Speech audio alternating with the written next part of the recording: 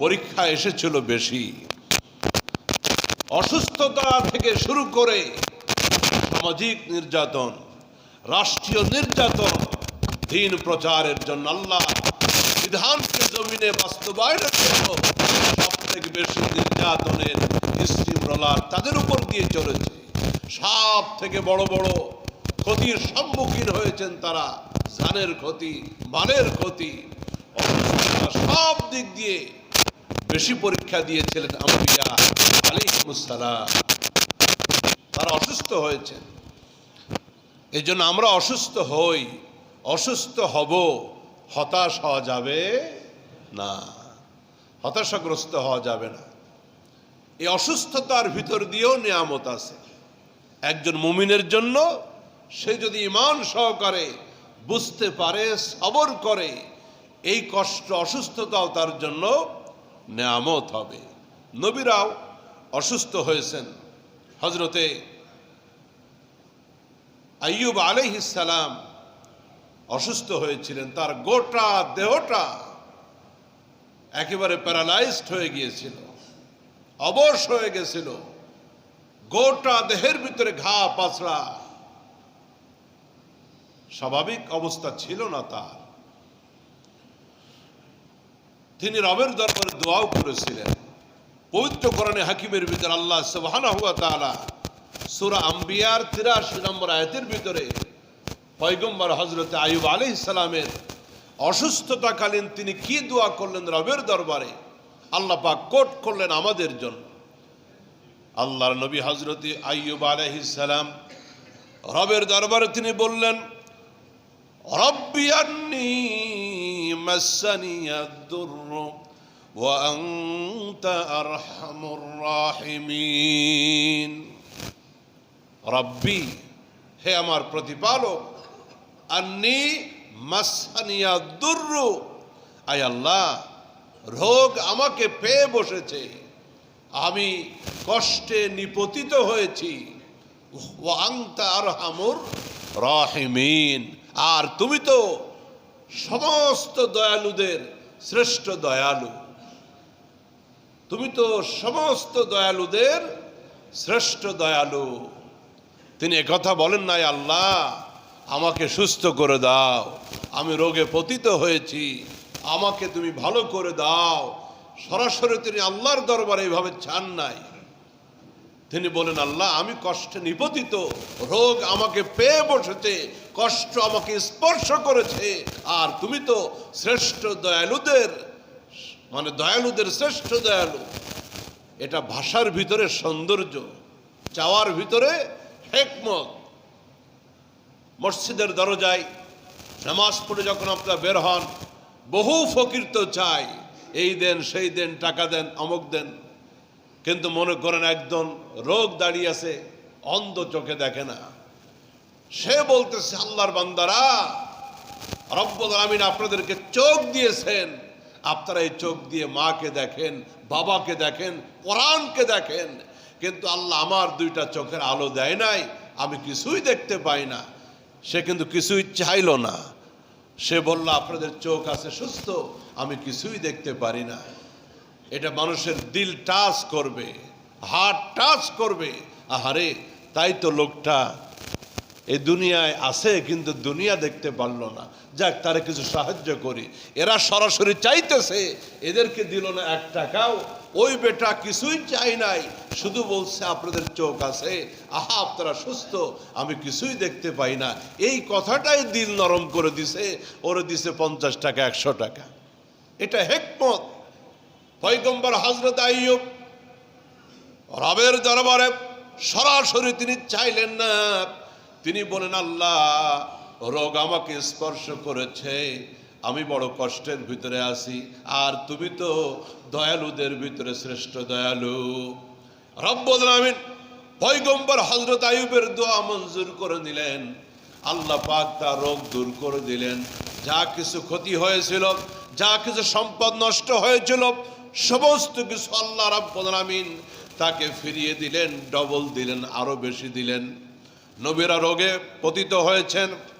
পয়গম্বর হযরত ইব্রাহিম আলাইহিস সালাম, মুসলিম জাতির পিতা, তিনিও বলে দিয়েছেন কোরআনে হাকিমের ভিতরে আল্লাহ বলেন, হযরত ইব্রাহিম যখন অসুস্থ হয়ে যান তিনি আল্লাহর জন্য বলেন, ওয়াইদা মারিস্তু ফাহুয়া ইয়াশফিন, আমি যখন অসুস্থ হয়ে যাই রব্বুল আমিন তিনি আমাকে শেফা দেন, আমাকে তিনি সুস্থ করেন। রোগদাতা যিনি, মুক্তিদাতাও তিনি।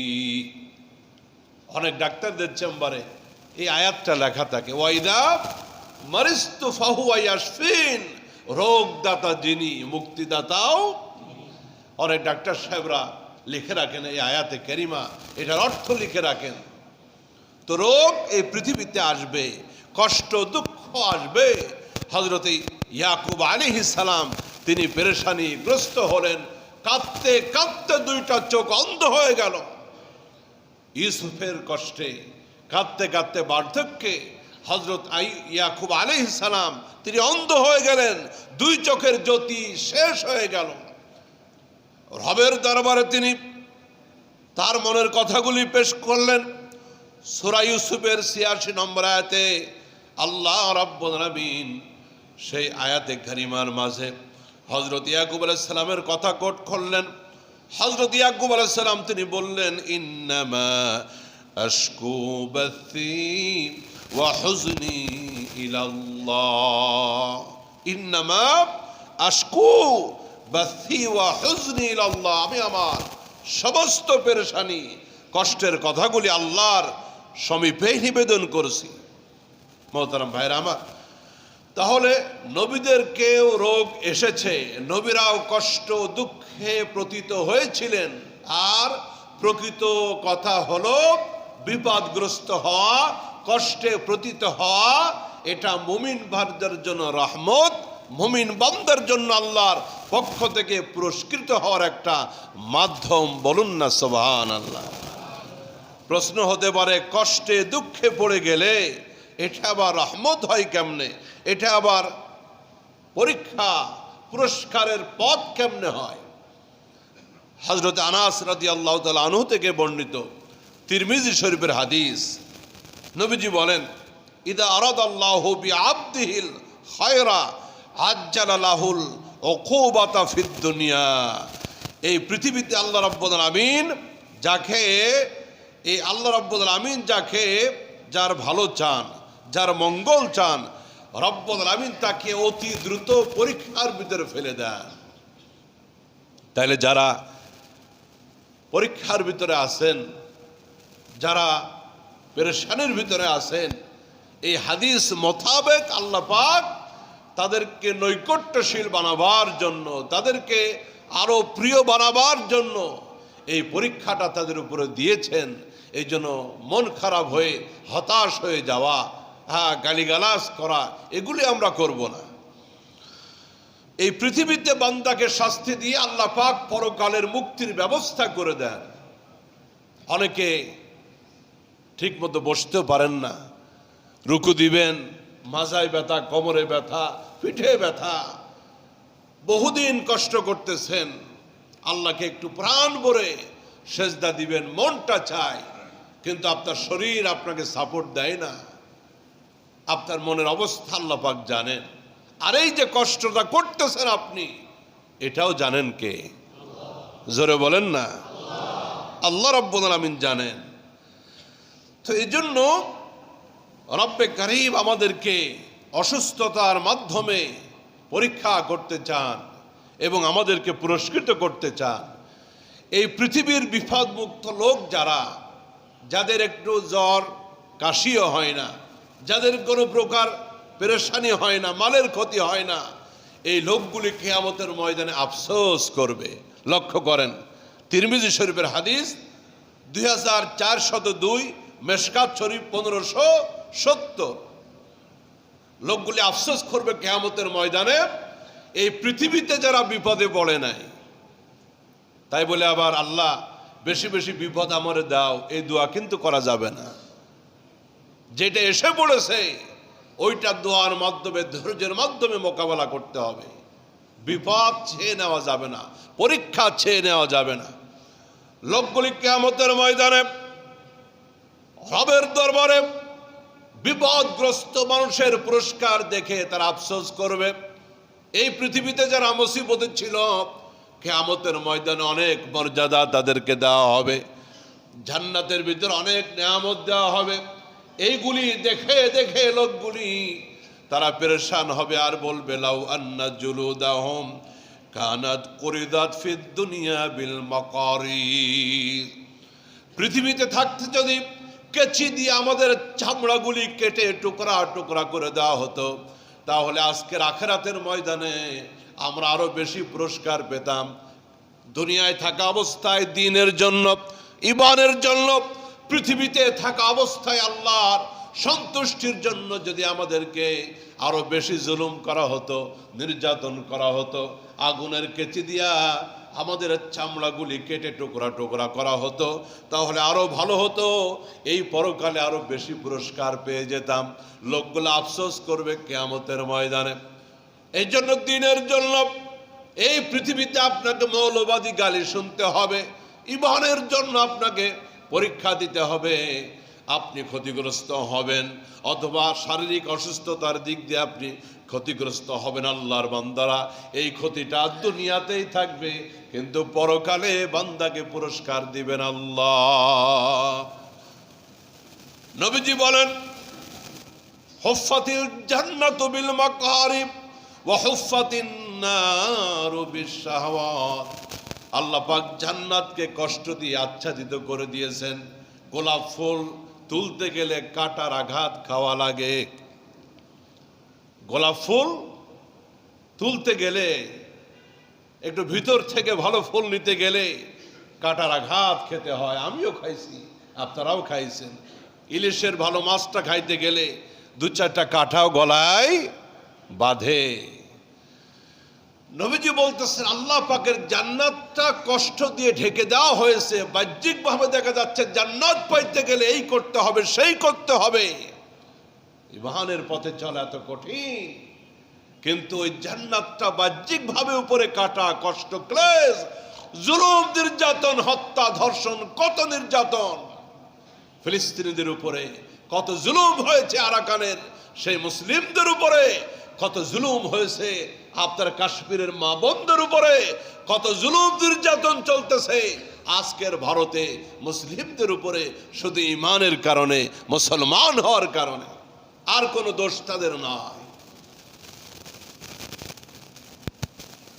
কিন্তু এই কষ্টগুলি, এই দুঃখগুলি ঈমানের কারণে। রাসূল বলেন, এই জান্নাতটা কষ্ট দিয়ে ঢেকে দেওয়া হয়েছে। এই কষ্টের কাঁটাটা সরাইলেই আল্লাহ রাব্বুল আমিনের সেই জান্নাতের নিয়ামত বান্দা পেয়ে যাবে ইনশাআল্লাহ। তাহলে অসুস্থতা মুমিনের জন্য রহমত এবং মুমিনের জন্য বাহ্যিকভাবে ক্ষতি, কিন্তু এটা নিয়ামত এবং রহমত। এবার আসুন, আরো আল্লাহ পাকের পক্ষ থেকে বান্দার জন্য অসুস্থতা নিয়ামত এবং রহমত। কি জন্য রহমত? মানুষের যখন পাপ বেড়ে যায়, এই পৃথিবীতে মানুষের অপরাধ যখন বেড়ে যায়, আল্লাহ রাব্বুল আমিন একটু অসুস্থতার মাধ্যমে বিপদ দিয়া ওই পাপের পথ থেকে বান্দাকে সরাইয়া দেন।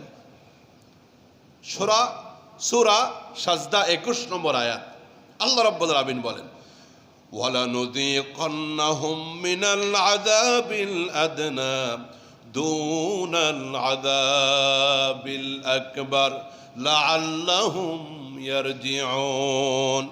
আমি তোমাদেরকে ওয়ালানুযীকান্নাহুম মিনাল আযাবিল আদনা দুনাল আযাবিল আকবার, এই পৃথিবীতে বড় শাস্তির আগে আমি আল্লাহ ছোট্ট ছোট্ট শাস্তিগুলির মাধ্যমে আমি তোমাদেরকে ফিরিয়ে দিই। লাআল্লাহুম ইয়ারজিউন, যেন তোমরা পেরেশানি থেকে যেন তোমরা ফিরে আসো পাপাচার থেকে। ওই যে একটা ভূমিকম্প হলো, গোটা শহর কেঁপে গেল, লোকগুলি আল্লাহু আকবার বলতে বলতে বিল্ডিং থেকে রাস্তায় বের হয়ে আসলো। এটা হলো ছোট শাস্তি, এটা হলো ছোট্ট ছোট্ট ভয়। হয়তো সেই ভূমিকম্পে কারো জীবন পরিবর্তন হয়ে গেছে, না রে, একদিন এভাবেই তো কিয়ামত হয়ে যাবে, একদিন ধ্বংস হতে হবে। আজকের এই ভূমিকম্পে বেঁচে গেলেও একদিন তো পাকড়াও হব। হয়তো কিছু লোকের জীবন পরিবর্তন হতেও পারে কি না? পারে কি না? কত লোক ভালো হয়ে যায়। তো এই বিপদের মাধ্যমে বহু লোক অসুস্থ হয়ে নিয়ত করে, আল্লাহ তুমি যদি আমাকে সুস্থ করে দাও, জিন্দগিতে আর পাপের পথে পা বাড়াবো না। যদিও অনেক লোকই আবারও পাপের পথে পাও বাড়ায়, কিন্তু হয়তো 100 জনের ভিতরে 2-5টা লোক ফিরে আসে না, এই পাপের পথে আর পা বাড়াবো না। রব্বে করিম বলেন, সেই কিয়ামতের কঠিন বিপদের আগে এই পৃথিবীতে ছোট্ট ছোট্ট বিপদের মাধ্যমে আমি আল্লাহ তোমাদের লাইফ স্টাইলকে পরিবর্তন করে দিই, তোমাদের জীবনটাকে সঠিক পথে চলার ব্যবস্থা করে দিই। এই জন্য কষ্ট, দুঃখ, রোগ এটা মুমিনের জন্য, মুমিনের জন্য ঘুম, রহমত, মুমিনের জন্য নেয়ামত। রোগ এবং কষ্টের মাধ্যমে আল্লাহ রাব্বুল আমিন বান্দার মর্যাদাকে বৃদ্ধি করে দেন। সুবহানাল্লাহ। আগামীকাল রোগ, কষ্ট, দুঃখের মাধ্যমে আল্লাহ ইমানদার বান্দার মর্যাদাকে বৃদ্ধি করে দেন। সহিহ হাদিস, হাদিসের 6টি বিশুদ্ধ, অত্যন্ত বিশুদ্ধ গ্রন্থের একটি হলো মুসলিম শরীফ। সেই মুসলিম শরীফের 2572 নম্বর হাদিস। রমিজি বলেন, মা মিন মুসলিমিন ইশাকু শাওকাতান ফামা ফাওকাহা ইল্লা কুতিবাত লাহু বিহা দারাজাতান ওয়া মুহিয়াত আনহু বিহা খাতিয়া। কোন মুসলিমের গায়ে, কোন মুসলিম চলতে গিয়ে একটা কাঁটা ফুটে গেছে পায়ে, কিংবা তার চেয়ে ছোট্ট কোনো আঘাত প্রাপ্ত সে হয়েছে, রাস্তায় চলতে গিয়ে অটোতে ধাক্কা খেয়ে ব্যথা পেয়েছে, রব্বে করিম বলেন এই ব্যক্তির এই যে আঘাতটা পেল, কাঁটাবৃদ্ধ হয়ে গেল, কষ্ট পেল, এর দ্বারা আল্লাহ পাক তার একটি মর্যাদা বৃদ্ধি করে দেন এবং তার একটি গুনাহকে মাফ করে দেন। তাহলে রাস্তাঘাটে একটু হালকা ব্যথা পেলে বলবো ইন্না লিল্লাহ। রাস্তাঘাটে অসতর্ক অবস্থায় হয়তো কারো অটো বা কেউ চলতে গিয়ে একটু ধাক্কা লেগে গেছে, মেট্রো রেলের ভিতরেও মারামারিও মাঝে মাঝে হয়, ধাক্কা লাগলো কেন? তো আপনার একটা হেলিকপ্টার নিয়ে চলাফেরা করা উচিত। কেউ কি ধাক্কা দিতে মেট্রো রেলে ওঠে? অসতর্ক অবস্থায় লেগে যেতে পারে। কত ধাক্কা তো আমিও খাই। সেই 9 নম্বরের লোকাল গাড়ি তো আগে ছিল এই রোডে, এরপরে ঢাকার লোকাল গাড়িতে যারা একসময় চলাফেরা করেছেন, আল্লাহু আকবার, কি অবস্থা ছিল তখন। পদ্মা সেতু হওয়ার আগে যখন ফেরিতে মাওয়া ঘাট পার হয়ে ওপারে ওই যে বরিশালের মাইক্রোর ভিতরে যখন কোরবানির গরুর মতো সাজাইতো, এমনি যেই সিটে 4 জন বসা লাগবে ওই সিটে বসতো 6 জন। আমি অনেকবার বসছি, 2 পাশে কাঠের টুল 2টা জোড়া দিয়া 6 জন এমন চিপায় বসাইতো মনে হতো মাওয়া টু বরিশাল রিমান্ডের ব্যবস্থা। রাস্তাঘাটে চলতে গেলে ধৈর্য লাগবে, রাস্তাঘাটে চলতে গেলে কষ্ট হবে, পায়ে কাঁটা বিঁধবে, কারো কোনোই দিয়ে আঘাত লাগবে।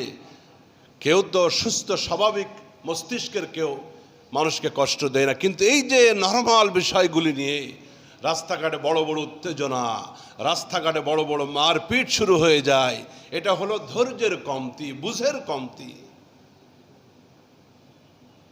পেট্রোল পাম্পগুলিতে তেলের সিরিয়ালে কত মারামারি, আয় হায় হায়, তেল নিয়ে কি তেলেসমাতি। জামালপুরে দেখলাম এক লোক বোরকা পরে তেল নিতে গিয়ে ধরা খেয়ে গেছে। ভাবছে মহিলা সেজে গেলে হয়তো সিরিয়াল আগে পাবো, কিন্তু দূর থেকে ওর ভাবসাব আর সাইজ দেখে লোকেরা টের পাইছে এটা লেডিস না, জন্ডিসই হবে, এটা পুরুষ মানুষ, ধরা পড়ে গেছে। নানান রকমের কাহিনী। আর যাই হোক, আল্লাহ এই পেরেশানি থেকে আমাদেরকে সহজ মুক্তি দান করেন। মানে ব্যাপার হলো যতটুক না বাস্তবতা, এর চাইতে গুজব। একবার ওই যে কয়েক বছর আগে কচুরি পানা খাওয়ার হিড়িক পড়ে গেছিল, ডোবা থেকে পুকুর থেকে কচুরি পানা নিয়ে নিয়ে মানুষ খাইতে শুরু করতেছিল।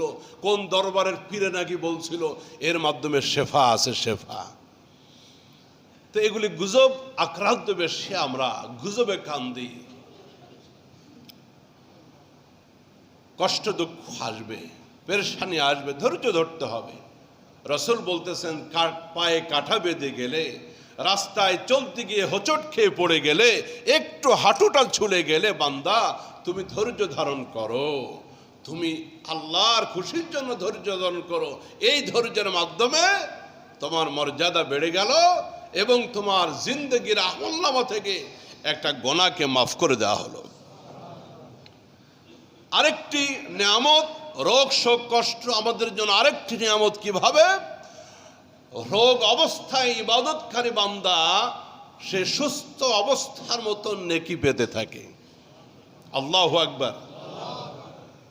হাদিস বুখারী শরীফের 2996 নম্বর হাদিস, ইদা মারিদাল আব্দু আও সাফারা কুতিবাত লাহু মিসলু মা কানা ইয়ামালু মুকিমান সহিহান। একজন মুসাফির ব্যক্তি অথবা একজন অসুস্থ ব্যক্তি নিয়মিত আমলকারী, সে কিন্তু অসুস্থ হয়ে যাওয়ার কারণে সে বিছানাবন্দি হয়ে আছে, ঘরবন্দি হয়ে আছে। পয়গম্বর বলেন, নবীজি বলেন, লোকটি সুস্থ থাকা অবস্থায় যেভাবে আল্লাহ রাব্বুল আলামিনের গোলামি করত, রাতের বেলা লম্বা তাহাজ্জুদের নামাজ আদায় করত, দুটো হাত তুলে আল্লাহর দরবারে দোয়া করত, নফল সেজদার ভিতরে কপালটা মাটিতে লাগায় রাখত। কিন্তু বান্দা অসুস্থ হয়ে হসপিটালের বিছানায় অথবা তার বাড়িতে বিছানায় ছটফট করে, আজানটা হলে মনটা ছটফট করে মসজিদের জন্য, কিন্তু অসুস্থ হয়ে বিছানাবন্দি হয়ে আছে। পয়গম্বর বলেন, এই যে লোকটা ইবাদত করতে পারলো না, কিন্তু তার মনের ভিতরে জ্বালা যন্ত্রণা, আল্লাহ রাব্বুল আমিন তার আমলনামায় ওই ইবাদতগুলির নেকিও দান করে দিবেন। সারা জীবন ইবাদত করেছে, বার্ধক্যে লোকটা ঘরবন্দি হয়ে গেছে, মসজিদ ছাড়া নামাজ আদায় করতো না, কিন্তু এখন ঘর থেকে বের হতে পারে না, অসুস্থ হয়ে গেছে। রব্বুল আমিন এই বান্দার বার্ধক্যের অসুস্থতায় ওই জীবিত অবস্থায় চলমান আমলগুলির নেকি দান করবেন। আচ্ছা, এই পৃথিবীর সরকারের চাকরি করার পরে যখন রিটায়ার্ড হয়ে যায়, একটা পেনশনের ব্যবস্থা আছে না নাই? আরো জোরে বলেন। এবার বলেন তো, দুনিয়ার সব সরকারের বড় সরকারকে? এই পৃথিবীর সরকারগুলি চাকরিজীবীকে যদি পেনশন দিতে পারে, বসিয়ে বসিয়ে মৃত্যু পর্যন্ত যদি পেনশন দিতে পারে, আল্লাহ পাকের যেই বান্দাগুলা গোটা জিন্দগি বার গোলামি করলো, ওই বান্দা যখন অসুস্থ হয়ে ঘরবন্দি হয়ে গেল, রব্বুল আলামিন কেন তার বান্দাকে পেনশন দিবেন না? আল্লাহর নবী বলেন, বার্ধক্য অবস্থায় অসুস্থ অবস্থায় বান্দা ইবাদত করতে পারে না, আল্লাহ পাক তার ঘরে বসিয়ে বসিয়ে আমলনামায় নেকির পেনশন দিতে থাকেন। আমার জীবন, আমার মরণ, আমার জিন্দগি, আমার জীবন, আমার মরণ, আমার জিন্দগি, ইয়া ইলাহি, ইয়া ইলাহি কবুল করো আমার বন্দগি, আমার জীবন, বলেন না, আমার জীবন, আমার মরণ, আমার জিন্দগি, ইয়া ইলাহি কবুল করো আমার বন্দগি, আমার জীবন, আমার মরণ, আমার জিন্দগি। এই জন্য আল্লাহর ইবাদত করতে হবে, ইবাদত কবুলের জন্য দোয়াও করতে হবে, রোগ দুঃখ কষ্ট এসে গেলে ধৈর্য ধারণ করতে হবে। অসুস্থ ব্যক্তির জন্য অসুস্থতা কষ্ট দুঃখগুলি আল্লাহ রাব্বুল আমিন এটার মাধ্যমে কবরের আযাব দূর করে দেন। রোগ শোক কষ্ট বান্দার জন্য আরো কিভাবে নিয়ামত, আল্লাহ কবরের শাস্তি থেকে মুক্তি দান করবেন। রব্বুল আমিনের নবী বলেন, মিরকাতুল মাফাতি হাদিস নম্বর 1145, মান কাতালাহু বাতনুহু লাম ইউআযাবু ফি কবরিহি। পেটে রোগ যাকে হত্যা করেছে, পেটের প্রিয় যে ব্যক্তি মারা গেল, পেটের রোগের কারণে যার মৃত্যু হলো ঈমান অবস্থায়, আল্লাহ রাব্বুল আলামিন তাকে কবরের আযাব থেকে বাঁচাবে। পেটের রোগ, কোন মা যদি পেটে সন্তান নিয়ে মারা যায় গর্ভ অবস্থায়, রব্বুল আমিন তাকে চিরদিনের জন্য কবরের আযাব থেকে মাফ করে দিবেন। কোন ব্যক্তি, সে নারী হোক বা পুরুষ হোক, পেটের যে কোনো বেদনা নিয়ে যদি মারা যায়, ঈমানটা যদি থাকে, রব্বুল আমিন তাকে মাফ করে দিবেন এবং শহীদের মর্যাদা আল্লাহ রব্বুল আমিন তাকে দান করবেন। এই জন্য মোহতারাম হাজিরিন, দুঃখ কষ্ট আসবে, রোগ শোক আসবে, আমরা ভেঙে পড়ব না। আল্লাহর জন্য আমরা ধৈর্য ধারণ করব। কম বেশি প্রত্যেকে আমরা অসুস্থতার ভিতরে আছি। কেউ হয়তো বা মানসিক অসুস্থতা, কেউ হয়তো বা শারীরিক অসুস্থতা।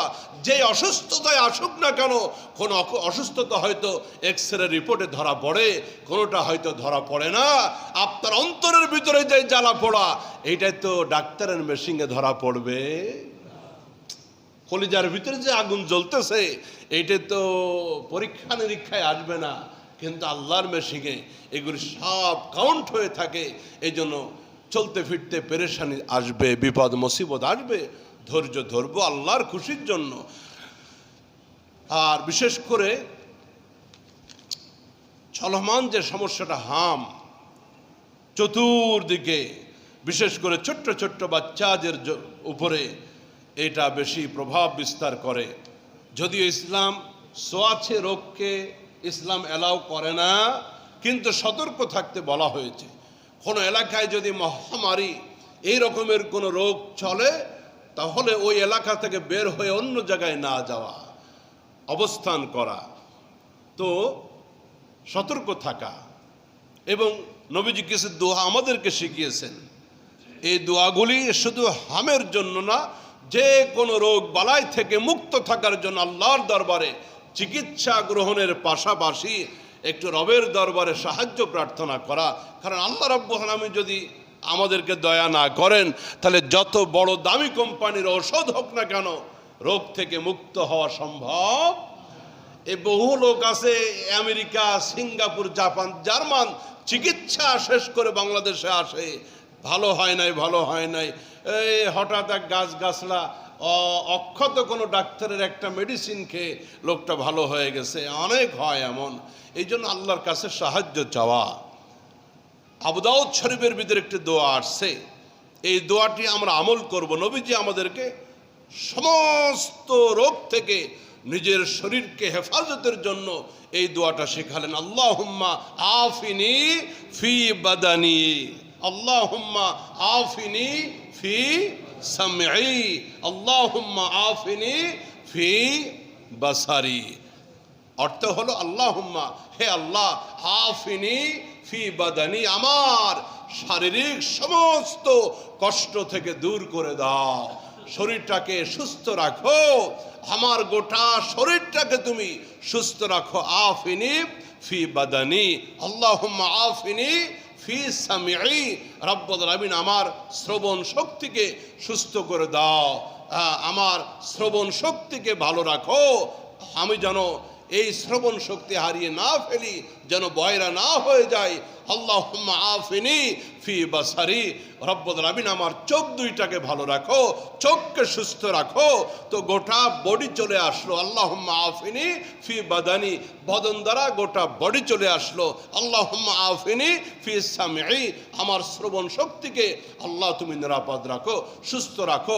ও আফিনি ফি বাসারি, এই যে হামের কারণে বাচ্চাদের চোখ ক্ষতিগ্রস্ত হচ্ছে, এই দোয়াটা পড়ে পড়ে বাচ্চাদের চোখেও ফু দিব। আমরা যারা ঢাকাতে আসি, বাচ্চা সুস্থ আছে, সুস্থ থাকা অবস্থায় আপনি ব্যবস্থা গ্রহণ করেন। অসুস্থ হয়ে গেলে তো দৌড়াবেনই, সুস্থ থাকা অবস্থায় আপনি ব্যবস্থা গ্রহণ করেন। আরেকটি দোয়া আমরা পড়ব, সেই দোয়াটা আবু দাউদ শরীফের 5088 নম্বর হাদিস। আবু দাউদ শরীফের 5088 নম্বর হাদিস একটি প্রসিদ্ধ দোয়া। এই দোয়াটি নবী আমাদেরকে শিখিয়েছেন। বিসমিল্লাহিল্লাযী লা ইয়াদুররু মা ইসমিহি শাইউন ফিল আরদি ওয়ালা ফিস সামাই ওয়া হুয়াস সামিউল। দোয়াটা অনেকেই পারেন, আমি জানি এটা প্রসিদ্ধ একটি দোয়া। দোয়াটি অনেকেই পারেন। এই দোয়াটি অর্থ হলো বিসমিল্লাহ, আল্লাহর নামে শুরু করতেছি। লা ইয়াদুররু মা'আসমিহি, যেই আল্লাহর নামে শাইউন ফিল আরদি ওয়ালা ফিস সামাই, যার নামের সঙ্গে পৃথিবীতে বা আসমানে কোনো কিছুই ক্ষতি করতে পারে, ওই মহান আল্লাহ পাকের নামের বরকতে আকাশ এবং জমিনের কিচ্ছু ক্ষতি করতে পারে না।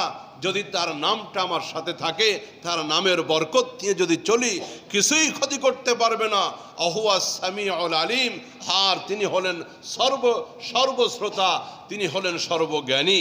হযরত ওসমান ইবনে আফফান রাদিয়াল্লাহু তাআলা আনহু থেকে বর্ণিত, যে ব্যক্তি সকালে 3 বার এবং বিকালে 3 বার এই দোয়াটি পাঠ করবে, আল্লাহ রাব্বুল আলামিন তাকে যাবতীয় বিপদ আপদ থেকে এবং যে সমস্ত সংক্রমণ ব্যাধি আছে এগুলি থেকে আল্লাহ পাক তাকে হেফাজত করবেন, তাকে হেফাজত করবেন। সকালে মানে আপনি ফজরের পরে 3 বার পড়েন, বিকালে আসরের পরে বা মাগরিবের পরে পড়লে হবে 3 বার। বিসমিল্লাহিল্লাযী লা ইয়াদুররু মা'আসমিহি শাইউন ফিল আরদি ওয়ালা ফিস সামাই ওয়া হুয়াস সামিউল আলিম। তো এই দোয়াগুলি পড়ে পড়ে বাচ্চাদেরকে একটু ফু দেন, বাচ্চাদেরকে একটু ঝাড়ফুঁক দেন।